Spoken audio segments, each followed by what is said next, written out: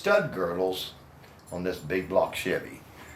Now, I've seen a lot of stud girdle videos on YouTube already. You're saying they already got stud girdles on those. I mean, on videos, but I cannot find anybody putting stud girdles on a big block Chevy. Maybe they're out there. If you know of them, let me know. I couldn't find any.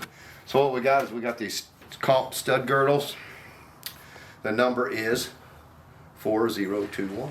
We've already got this side on. Let me show you what the hard part is about putting these stud girdles on a big block Chevy, because of the way the your valves are cocked and stuff. So the top ones, as you can see, you know, some of them they're leaning to the side and stuff. So you can't just put the poly locks on there and then slide these in. Trust me, I've tried. It's not going to happen. So what you want to do is we're going to put these. You want to take the. It takes two different sizes. You got a large one and a tall one and a short one. So what you want to do is you want to go ahead and put the longer ones on your intake valves, which would be the top row. And we'll just kind of put them on till she just makes contact with the rocker. And stick these on there.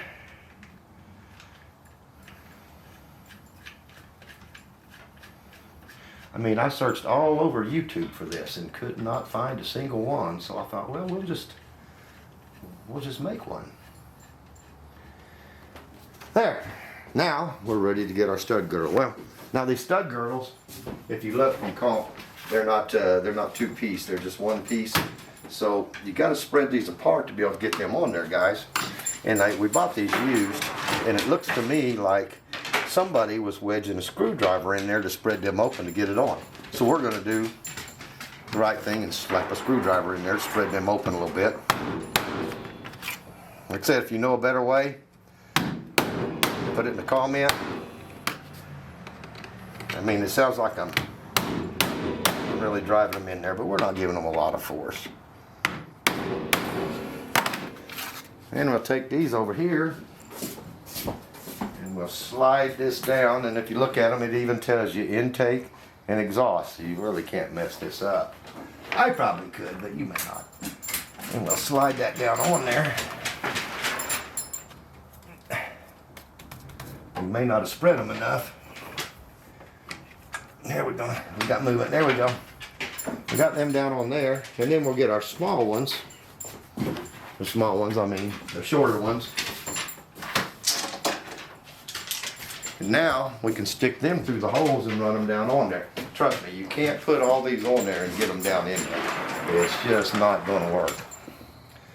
I've tried, and it's not going to happen. This was the best way that I could figure to get them things on there. You just got to kind of feel for it to get them in there. Why is it called a girdle? Because it's got to hold the fat in. That's why they call them girdles. No. If they're putting them on, I'm sure they know what it is.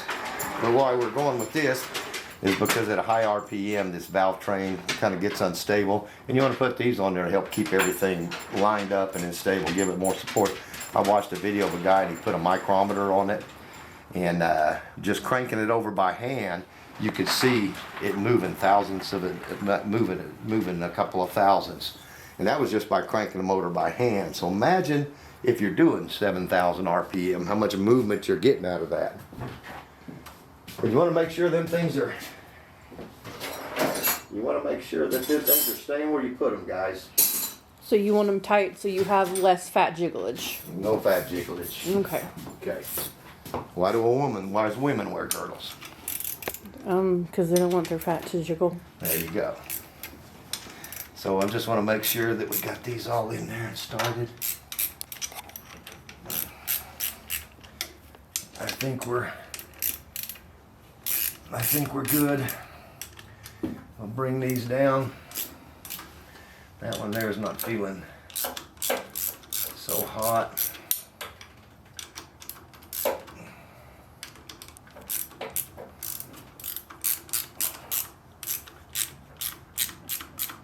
Okay. There you go. So then what you want to do is then you want to adjust your rockers. And if you want to see that, we've got another video on there showing you how to adjust these rockers with the poly locks. And you can watch that video. But you do it the same way, just a little tougher. You got to get underneath here. And once you get these all adjusted, set where you want them at, you want to make sure you want to crank your engine over and watch your rockers when they come up, especially on the exhaust here, because you want to have a gap in there. So you'll move this around and kind of get your sweet spot. And once you get that there, you tighten these nuts down here, like we got over there.